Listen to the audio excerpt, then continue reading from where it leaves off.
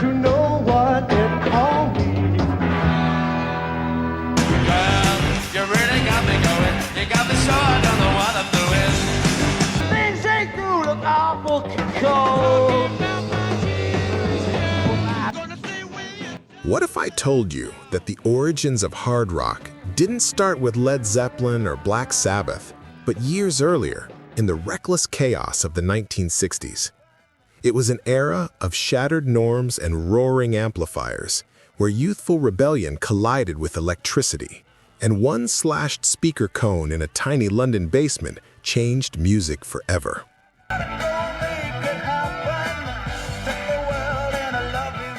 These weren't just songs, they were sparks that lit a revolution, transforming raw emotion into thunder and reshaping what rock could be.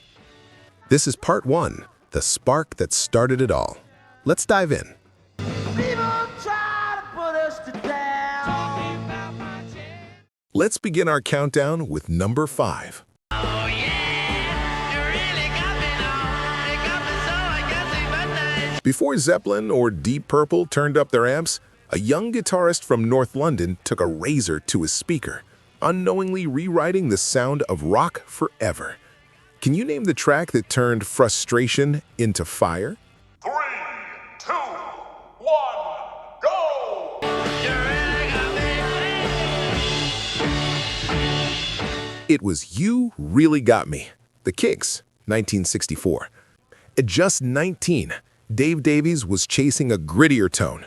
So he did the unthinkable, cutting slits into his small El Pico amp speaker cone, stabbing holes with pins, then chaining it to another amp for extra bite. When he strummed the guitar, the sound that came out was wild, torn, and alive, unlike anything anyone had ever heard. You really got me now. You got me so I can't say goodnight. That jagged tone became the heartbeat of You Really Got Me. Simple, raw, and hypnotic, it was rebellion turned into rhythm. Ray Davies' sharp, urgent vocals added danger and immediacy, like a pop song that might blow up any second. Producer Shel Talmy almost scrapped it, calling it too rough for radio. But when he heard the distorted takes shaking the studio walls, he knew they had something that couldn't be tamed. Within weeks, the song ruled the UK charts and stormed into America's top 10. That riff didn't just make rock louder, it made it fearless. The moment it hit the airwaves in 1964, music would never sound clean again. You really got me now. You got me so I can't say goodnight. Now, let's move to number 4. Things ain't do look awful cold. It was loud, raw, and unapologetically young. A track that shouted what every restless teenager wanted to say but couldn't. Can you name this anthem that turned teenage frustration into art? 3, 2, 1, go! Fade away. Don't try to dig what we all see. It was My Generation, The Who, 1965. Few songs have ever captured the energy of youth quite like this one. Pete Townshend wrote it after his car was towed away by Queen Elizabeth's entourage, a petty humiliation that lit a spark of fury. That spark exploded into a declaration for an entire generation tired of being silenced.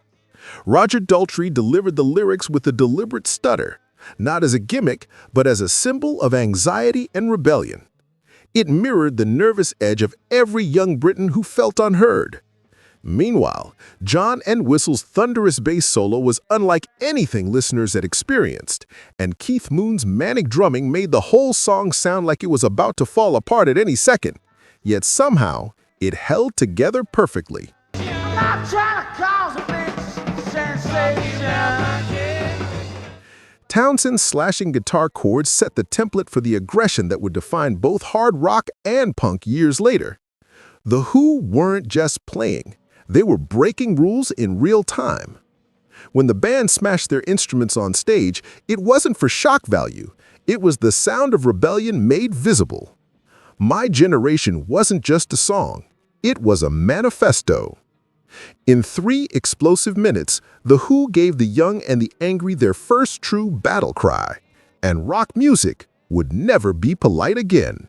People try to put us to down. Talking about my channel. Let's continue with number 3. I've been waiting so long. It begins with a riff so thick you can almost feel it vibrate through your chest, dark, steady, and unforgettable. Born from a late-night jam session, this track became the blueprint for the sound that would soon dominate rock. Can you name it? 3, 2, 1, go! I'm gonna stay with you, darling, now. It was Sunshine of Your Love, Cream, 1967. After watching Jimi Hendrix perform live, bassist Jack Bruce went home completely inspired. That night, he and Eric Clapton began to improvise, and from that session came a riff so heavy and hypnotic, it felt like a heartbeat in slow motion. The next morning, drummer Ginger Baker layered in a deep, tribal rhythm that turned the groove into something primal. This wasn't just a blues tune. It was the moment when American blues collided with British volume and distortion. Clapton shaped his signature woman tone by rolling off the treble and driving his amp to near breakup, producing a thick, creamy tone that became instantly iconic.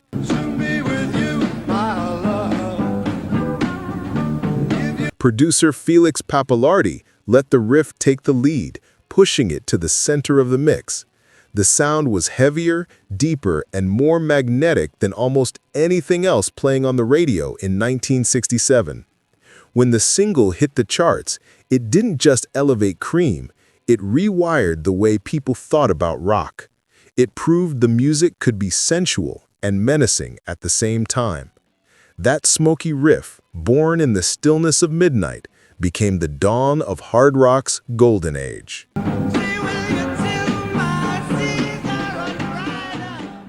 Now, let's move to number 2. Along my way, seemingly I've known one day. It sounded like chaos captured on tape, swirling guitars, haunting echoes, and a pulse that seemed to twist through time itself. Can you name the song that bent reality and hinted at the birth of heavy metal? 3, 2, 1, go! My dream, I need to know what it all means. It was Happenings 10 years time ago, The Yardbirds, 1966.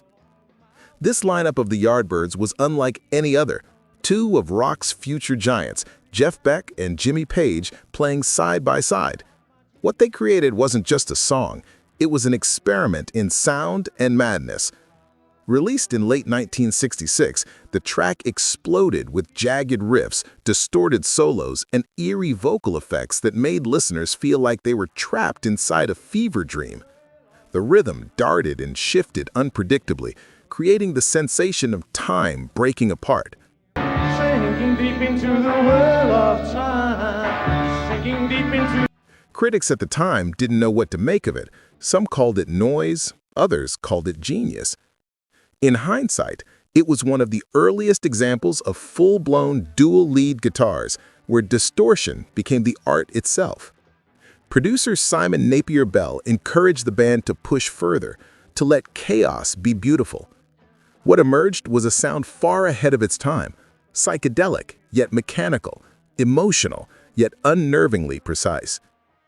Happenings 10 years time ago wasn't just a glimpse into the future, it was a time machine that rock music is still chasing to this day. Memories don't strike me so. Memories. Finally, we've reached number 1.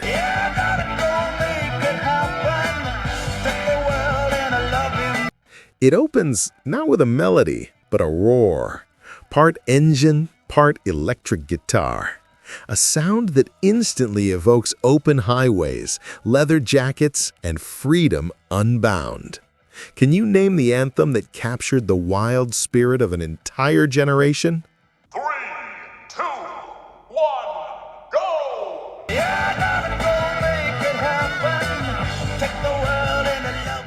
It was Born to be Wild, Steppenwolf, 1968. When John Kay and his band recorded it, they weren't just cutting another rock track, they were crafting an identity. With its grinding guitar riff, thunderous rhythm, and Kay's gritty snarl, Born to be Wild became the heartbeat of rebellion at the end of the 60s. The song soon found immortality in the film Easy Rider, where it didn't just play, it defined the image of freedom on two wheels. It spoke directly to the restless souls of a generation who longed to escape rules, routines, and expectations.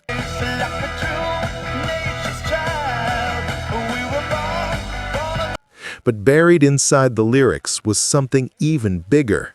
When Kay sang heavy metal thunder, he unknowingly introduced a phrase that would name an entire genre in the years to come. From that single line, the foundation for heavy metal was born. From then on, every loud, raw, and fearless band owed a debt to Steppenwolf. This song didn't just celebrate freedom, it embodied it. Decades later, that riff still feels like wind in your face, a reminder that rock was never meant to be tamed.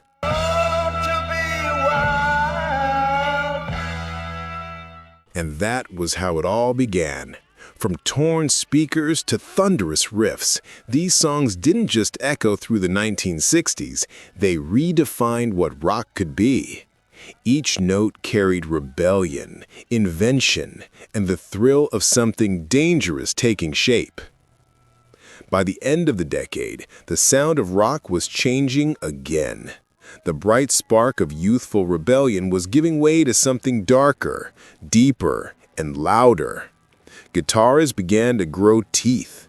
Lyrics turned from love and freedom to power and chaos. In the next chapter, we'll step into that storm, into the era when Hendrix melted the boundaries of reality, when the Beatles unleashed noise from another dimension, and when a band from Birmingham forged the sound that would shape the future of metal. This was only the ignition. Join us in part 2, The Darker Evolution, where rock stops playing nice and starts to roar.